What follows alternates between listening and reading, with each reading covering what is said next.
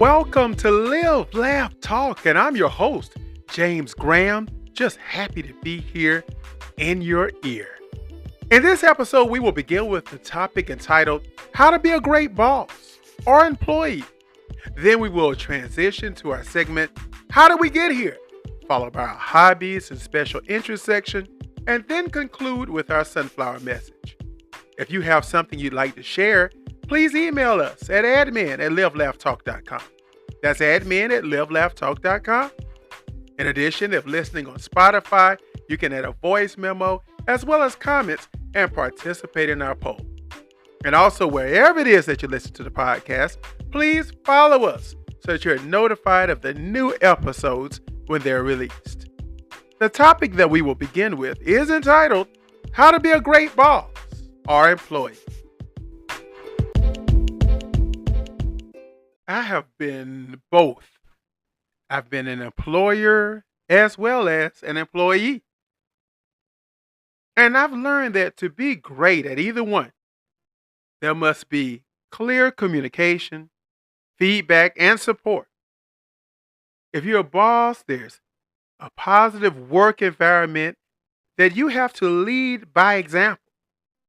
As an employee, you must prioritize communication, take initiative, and continually seek to improve your skills, being reliable and also being collaborative contributes to a successful work dynamic.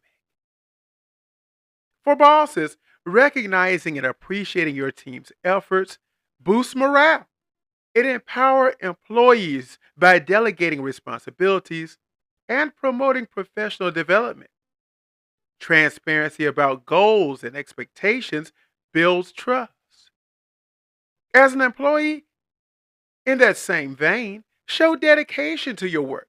Be adaptable and actively contribute to team goals, striving for open communication with colleagues and superiors. Seek constructive feedback and use it to enhance your performance and skills. If an employer, great bosses prioritize work-life balance. They ensure a healthy environment. In addition, they support their team during challenges, fostering a sense of camaraderie, and also invest in team-building activities and celebrate achievements. As an employee, we must do the same. Demonstrate adaptability to change and a willingness to learn. Take ownership of your projects, meet deadlines, and communicate proactively. Cultivate a positive attitude and collaborate effectively with colleagues to achieve shared objectives. If you are an employer, you want to foster a culture of innovation and creativity because this can lead to increased productivity. Yes, innovation and creativity leads to increased productivity. Encourage diverse perspectives and provide opportunities for professional growth. Address conflicts promptly and promote a culture of inclusivity. As an employee, stay proactive in identifying areas for improvement and suggesting solutions. Develop a strong work ethic and be accountable for your actions, seeking to understand your role within the broader organizational context. Regularly update your skills to stay relevant in your field. Great bosses lead with empathy, understanding their team's individual strengths and challenges. They provide mentorship and create an atmosphere where everybody feels valued. Foster a culture of continuous improvement, and they also recognize achievements openly. Employees, in this same vein, can seek feedback to refine their skills, demonstrate resilience in the face of challenges, and showcase a commitment to the company's mission. Collaborate across departments, contributing to a cooperative and supportive work environment. Employers need to have effective delegation skills, which would involve matching tasks to individual strengths. That will empower your team to excel. Regularly assess workloads to prevent burnout and encourage a healthy work life balance. Cultivate an environment where creativity and new ideas are embraced. As an employee, it's great to be proactive in seeking new responsibilities that align with your strengths and interests. Demonstrate a willingness to collaborate across departments and share your knowledge. Stay adaptable in the face of change and maintain a positive, solution oriented mindset. If you're an employer who prioritizes communication, you will ensure clarity in expectations and foster an open dialogue. Actively listen to your team's concerns and provide constructive feedback. Demonstrate approachability, making yourself available for discussions and support. If you're an employee, communicate effectively with your team and superiors, keeping them informed about your progress and challenges. Actively seek feedback to enhance your performance and contribute to a culture of transparent communication. Embrace a growth mindset, always looking for opportunities to learn and improve. Bosses must lead by example. If they display a strong work ethic and dedication, this will instill a sense of purpose within the team by connecting their work to the broader goals of the organization. In addition, they should recognize and reward achievements, reinforce a positive and motivated work atmosphere. Have you had a boss like this? I know that I have. And you would go through a brick wall for such a person. For those who don't lead by example, they want you to do what they wouldn't do. You wouldn't walk down the street with them. And it's true. They have to have these type of qualities. And nothing better than an employee that takes ownership of their professional development and seek out learning opportunities, staying informed about the industry trends. I've had that as an employer. I've had employees who told me, hey, this is changing in our industry. We need to change with it. I did, and it saved our business. Yes, this type of employee can contribute to a positive workplace culture by supporting colleagues, sharing knowledge, and fostering a collaborative environment.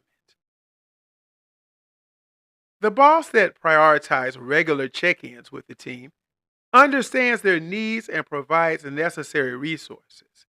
They create a feedback loop, allowing for continuous improvement. Yes, these ones must foster a culture of trust where team members feel comfortable expressing their ideas and concerns. An employee will want to actively participate in team discussions as well and offer their insights and be receptive to feedback. Take the initiative to solve problems and propose solutions. Demonstrate a commitment to the organization's values, contributing to a positive and cohesive workplace culture. Great bosses encourage a healthy workplace balance, respecting boundaries and promoting well being. Support professional development by offering training opportunities and recognizing achievements. Foster a diverse and inclusive workplace, valuing each team member's unique contributions. As an employee, prioritize self care and maintain a balance between work and personal life. Actively seek opportunities for skill enhancement and take on new challenges with enthusiasm. Embrace diversity, treating colleagues with respect and fostering an inclusive work environment. Yes, the boss that creates a culture of accountability by setting clear expectations and holding everyone to high standards will find his business to succeed. Provide constructive feedback to guide improvement and acknowledge efforts. Foster a sense of pride and ownership to your team's work. And if you're an employee, take responsibility for your tasks. Deliver quality work on time. And also seek opportunities to contribute beyond your role, demonstrating commitment to the team's success. Embrace challenges as opportunities for growth and continuously look for ways to enhance your skills.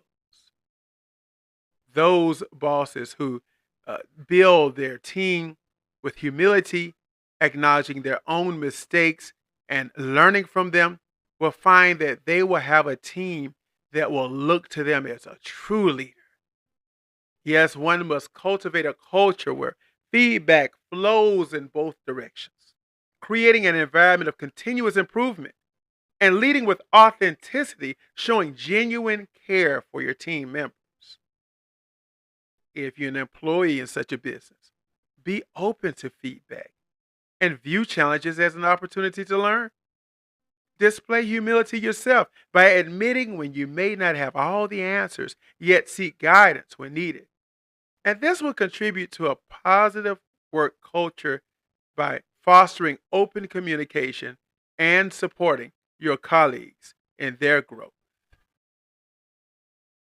We want to make sure, if we're a boss, that we look at the well being of the entire team. We want to promote healthy work, encourage breaks and time off to prevent burnout of your employees. We want to be transparent and also uplift by talking about organizational goals and decisions. Employees would take responsibility as well. They would take responsibility for their well being by utilizing breaks and vacation time. They will communicate openly with workload and stressors, contribute to the positive work atmosphere by supporting their fellow colleagues and maintaining a healthy work life balance. If we are a boss, we want to make sure that we do all of these things. We're inclusive. We champion diversity. We have clear communication. We take responsibility. We accept feedback and we recognize and appreciate our employees. This makes for a happy work life. Many employers think that, oh, I could just give the employee money. They only care about money. But it's not true. The statistic shows that more people care about being recognized and acknowledged. They need that attaboy or that attagirl, that pat on the back. Yes, they do need money because a pat on the back doesn't pay their bills, but it's the pat on the back that makes them come back to work every day and make them work through even the toughest times. If you are an employee, think about it this way. By being there for that employer, by showing that there's nothing that you won't do, you will take responsibility for your continued education. You will take accountability when mistakes are made. You will work hard to get along with your fellow colleagues. You will also do your absolute best to go above and beyond what that employer asks for. In addition, you will make sure that you give and receive feedback openly. If you do this, there is no way that your employer will look away from you as somebody else and say, hey, I wish I had this person. Or they may look at ways to show you the door. No, an employee like that is invaluable. They will do anything to keep you. So we want to make sure that if we are that boss, that we're the one that our employees can be proud of. If we're that employee, we want to be that person that our employer brags about. And that person who the employer looks at the business and recognize that it is nothing without that main person. So let's keep these thoughts in mind. And let's make sure that we take on these characteristics. For only then will we find ourselves to be a great employee. employer and or an employee.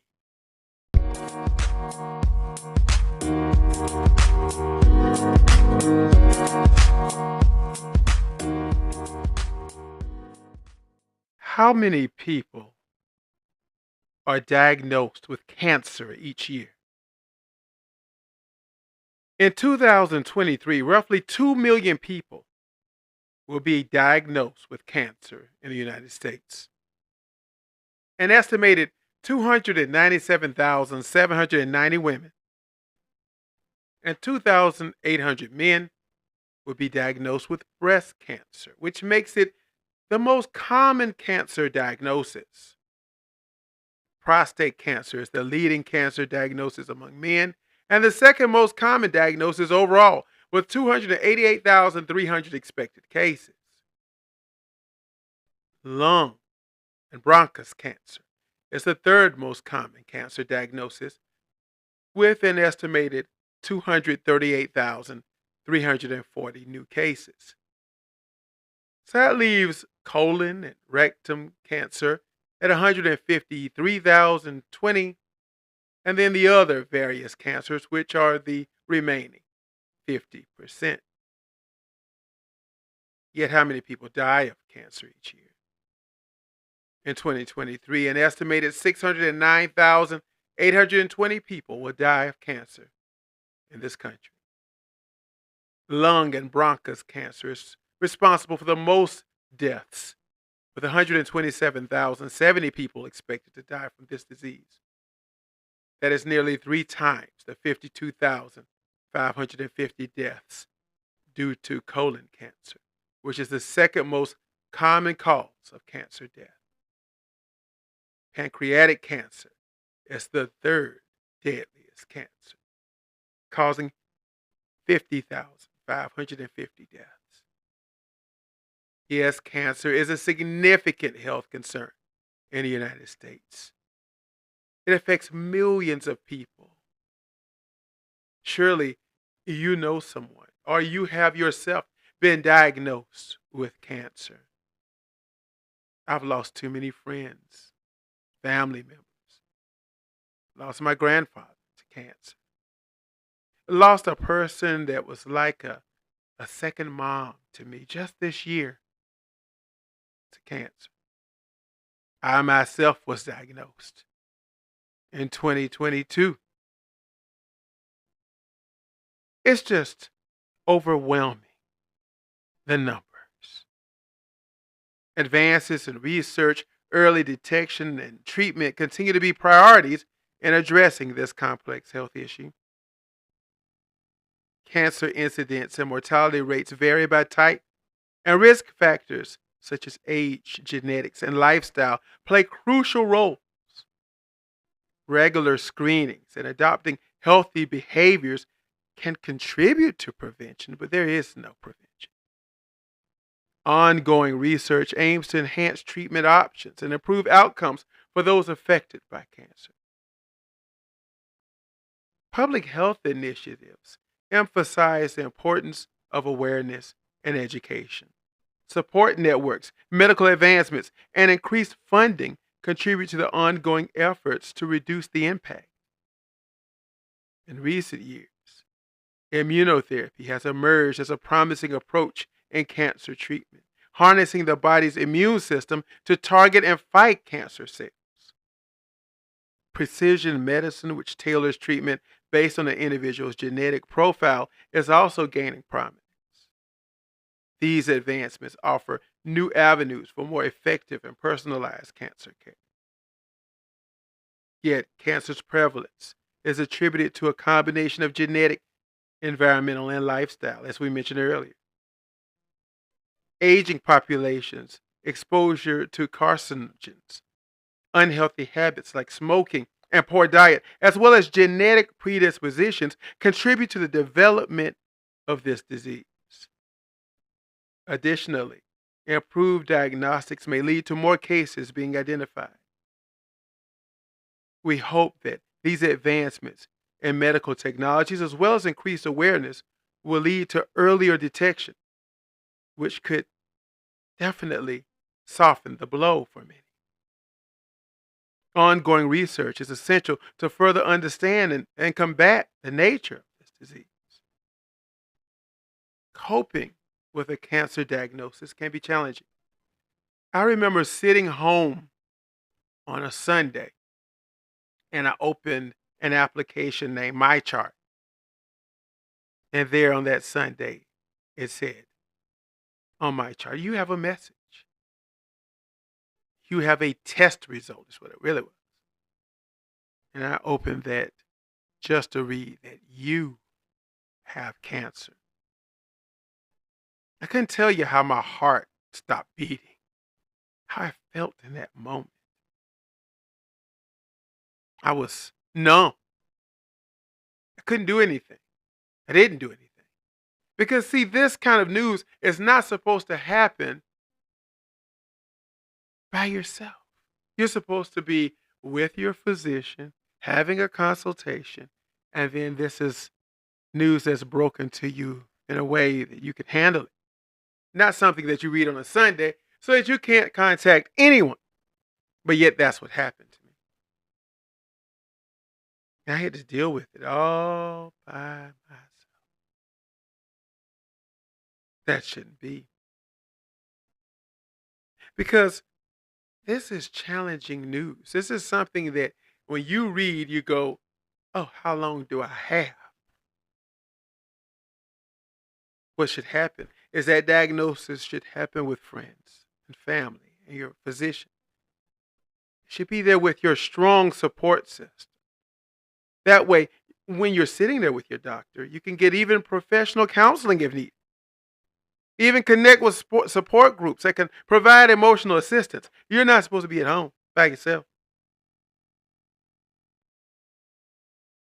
Yet staying informed about the diagnosis and the treatment options, maintaining a healthy lifestyle, finding activities that bring joy and relaxation are also crucial. Because I had to do all of these things. And I openly communicated with my healthcare providers. We made decisions based on my individual needs and values. If you're having to deal with this diagnosis, it's very important to embrace a positive mindset and take one step at a time because this is beneficial as well. Many individuals find solace in activities and creative pursuits that may bring peace of mind. Being involved in decision making about treatment plans and seeking second opinions, if necessary, can empower individuals too. Additionally, some may explore complementary therapies, but it's crucial to discuss these with healthcare professionals because each person's journey is unique. So, finding a combination of coping strategies that work personally is key. Maintaining open communication with loved ones about your emotions and needs is essential. Very much so during this most challenging time. And all of this, again, is brought to mind because, as I've mentioned, I've had to battle it. Had relatives had to fight. And now I have yet another relative who is going through the battle right now. And what I urge her to do is I did as other of our relatives have done is to set realistic goals, focus on small achievements, and accept support when offered. Because all of this can contribute to a sense of control. It's also important to prioritize self care and address both physical and emotional aspects of well being. Remember that also seeking help from psychologists or social workers is a valuable resource, and it shows our strength. It doesn't show weakness. When we look at these numbers, people, so many millions diagnosed. It'll be 2 million people this year. So many deaths. It was just 609,820 this year.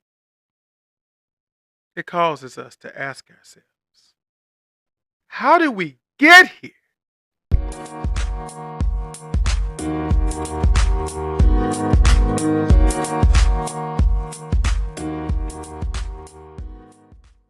Volunteering at a hospital is a meaningful and rewarding special interest.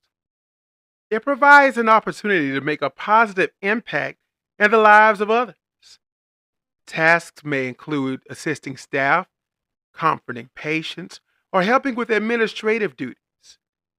It also offers valuable insights into healthcare and can be personally fulfilling. Beyond the direct benefits to others, hospital volunteering can also enhance your interpersonal and communication skills. It offers a chance to witness various aspects of healthcare, fostering personal growth and empathy. Additionally, the experience may be valuable for those considering a career in healthcare or related fields. Remember to choose a role that aligns with your interests and availability, ensuring a positive and sustainable volunteering experience. I've done this myself. When in high school, I was at a medical high school, magnet medical school, and I had an opportunity to volunteer in a hospital. I got a sense of community. I got a sense of purpose. I was able to connect with patients and their families, as well as fellow volunteers, which led to a meaningful relationship with others. It was an opportunity for me to contribute to a supportive environment for those going through challenging times. And as with any special interest, we have to find the right balance that fits into our life so that we may be able to have a positive experience. Hospital volunteering may expose you to diverse healthcare settings, broadening your understanding of medical practices and the challenges that patients face. It allows you to witness the resilience of individuals dealing with health issues and can foster a sense of gratitude. Moreover, the experience can be an emotionally fulfilling in a way that could contribute to the well-being of others. And isn't that the point? We want to be emotionally fulfilling, yet also contribute to the well-being of others. Engaging in hospital volunteering can also provide a unique perspective on the importance of teamwork. Collaborating with medical professionals, support staff, and fellow volunteers showcases the collective effort required to deliver quality patient care. It's an enriching experience that not only benefits the community, but also offers personal satisfaction and a sense of accomplishment. In addition to the interpersonal and professional aspects, it can be an avenue for learning about healthcare roles. So if you're interested in nursing, administration, or patient care, being in a hospital environment exposes you to diverse roles and responsibilities. This insight can be valuable for career exploration or personal development. Remember to communicate your interests and goals with a volunteer coordinator so that they can help align you with your aspirations. As a very rewarding special interest, hospital volunteering provides an opportunity to make a positive impact on others' lives. And in summary, it enhances interpersonal skills, offers insight into healthcare, fosters a sense of community as well. It's emotionally fulfilling and may also provide a unique perspective on teamwork in various healthcare roles. So if you're considering this, research local opportunities, communicate your interests, and find a role that aligns with your goals.